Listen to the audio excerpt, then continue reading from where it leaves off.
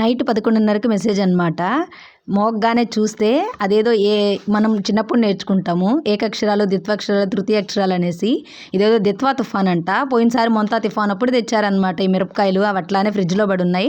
వాటితో అవసరమే రాలేదబ్బా అసలు. ఎందుకంటే చల్లాకాలం అయినా సరే వర్షం పడలేదు కాబట్టి అది చేసే ఒపీనియన్ లేక రాలేదు. ఇప్పుడు వచ్చి మళ్ళీ దిత్వా తుఫాన్ అంట.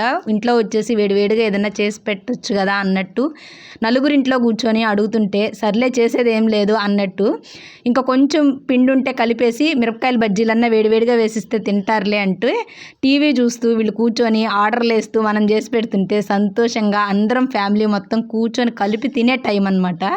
ఈ తుఫాన్లు ఏంటంటే మనకి మంచిగానే అనిపిస్తుంది.